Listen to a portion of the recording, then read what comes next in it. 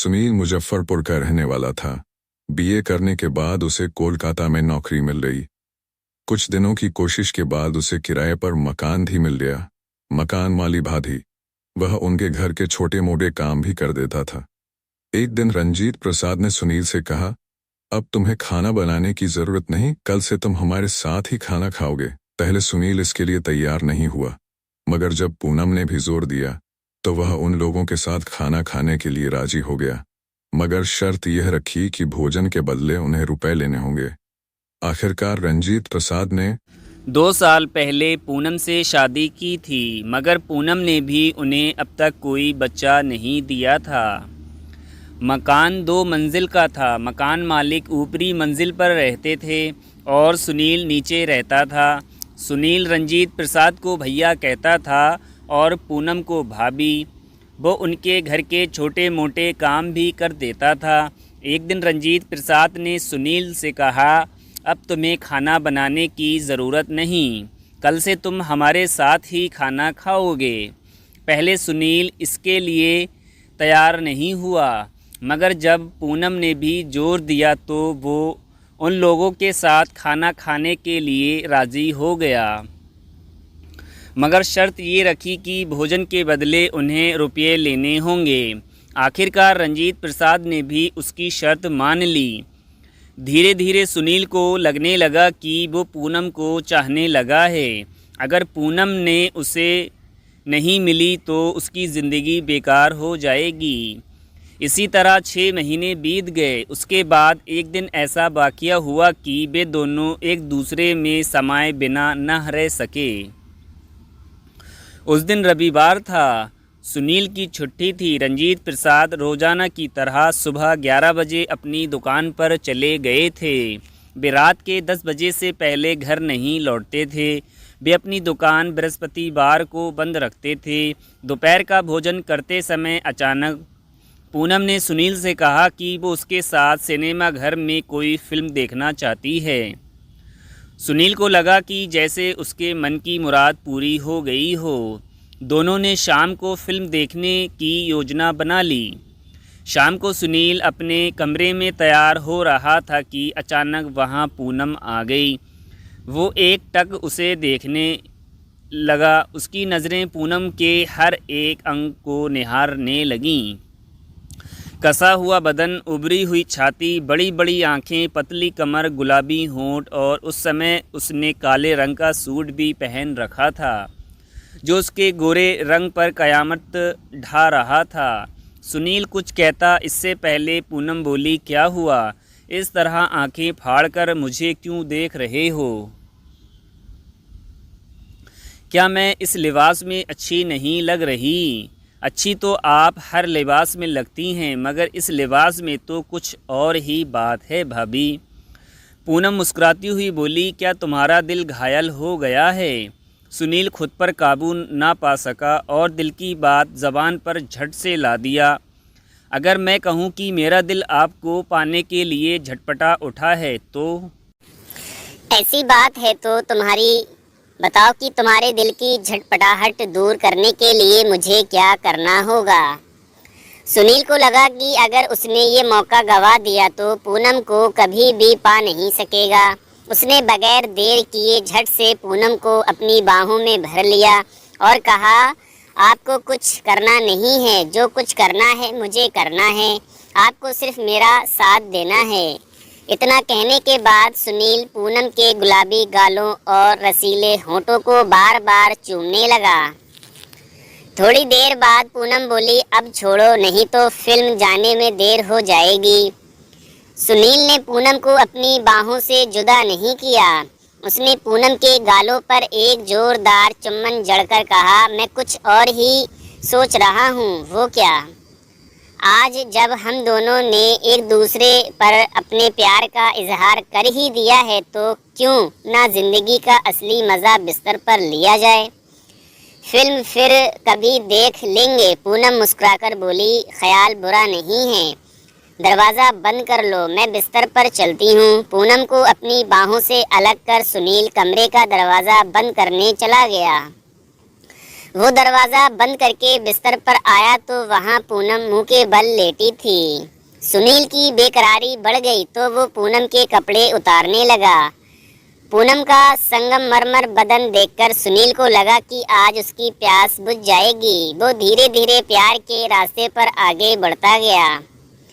पूनम भी लाज शर्म छोड़कर उसका साथ देती गई। प्यार की मंजिल पर पहुंचकर जब दोनों शांत हो गए तो पूनम ने कहा, आज तुमसे जो सुख मिला है वैसा सुख मेरे पति से सुहागरात को भी नहीं मिला था। न चाहते हुए भी सुनील ने उससे पूछ लिया, ऐसा क्यों?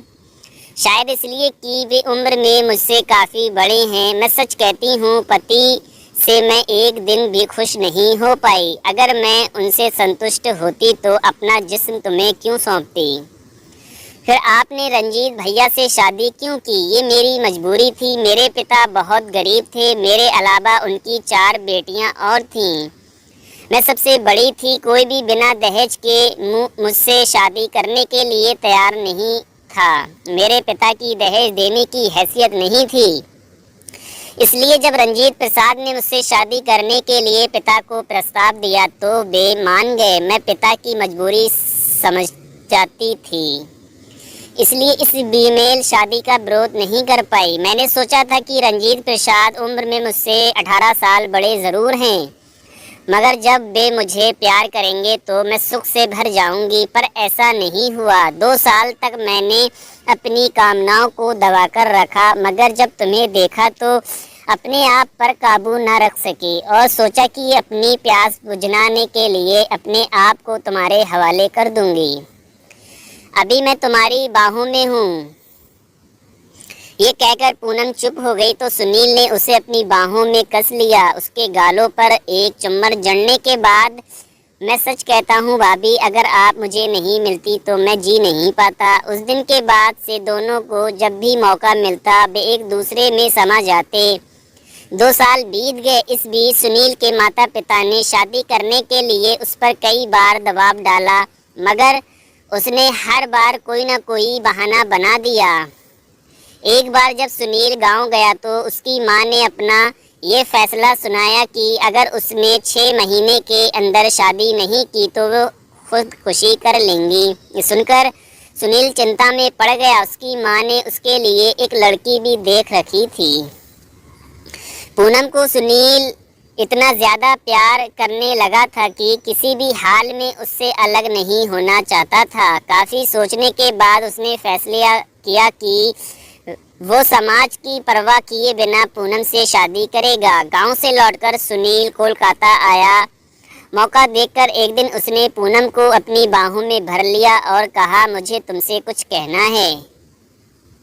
मैं भी तुम्हें एक बात बताने के पिछले 1 हफ्ते से बेचैन हूं। कहो तो बता दूं। पहले तुम अपनी बात कहो, फिर मैं कहूंगा।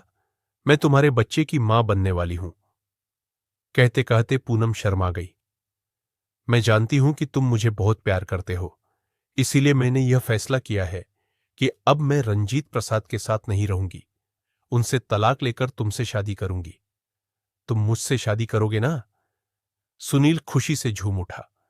पूनम ने कहा कि सबसे पहले वह अपने और सुनील के जिस्मानी संबंध की जानकारी अपने पति को देगी और फिर उनसे तलाक की बात करेगी। अगर वे मान गए तो ठीक, नहीं तो उन्हें नामर्द साबित करके कोर्ट से तलाक ले लेगी।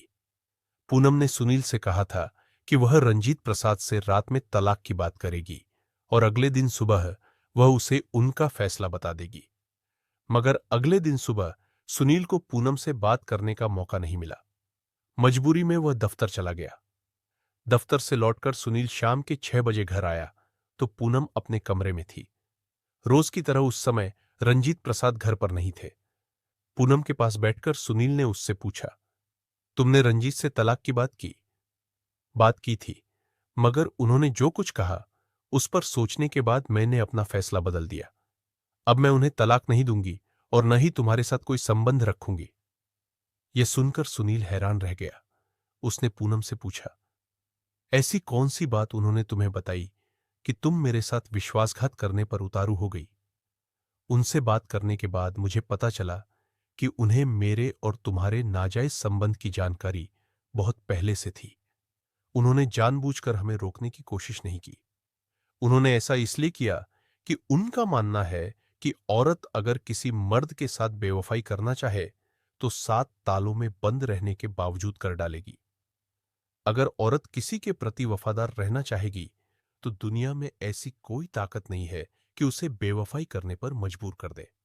मेरे पति ने मुझे यह भी कहा, अगर तुम्हें मुझसे संतुष्टि नहीं मिलती है, सुनील से मिलती है, तो तुम उससे नाजायज संबंध बनाए रख सकती हो, मगर मुझे तलाक देकर उससे शादी करने की बात मत करो, क्योंकि मैं तुम्हें बहुत प्यार करता हूं। तुम्हारे बिना मेरी जिंदगी बेकार हो जाएगी। मेरे पति की बातों ने मुझे झकझोर कर रख दिया।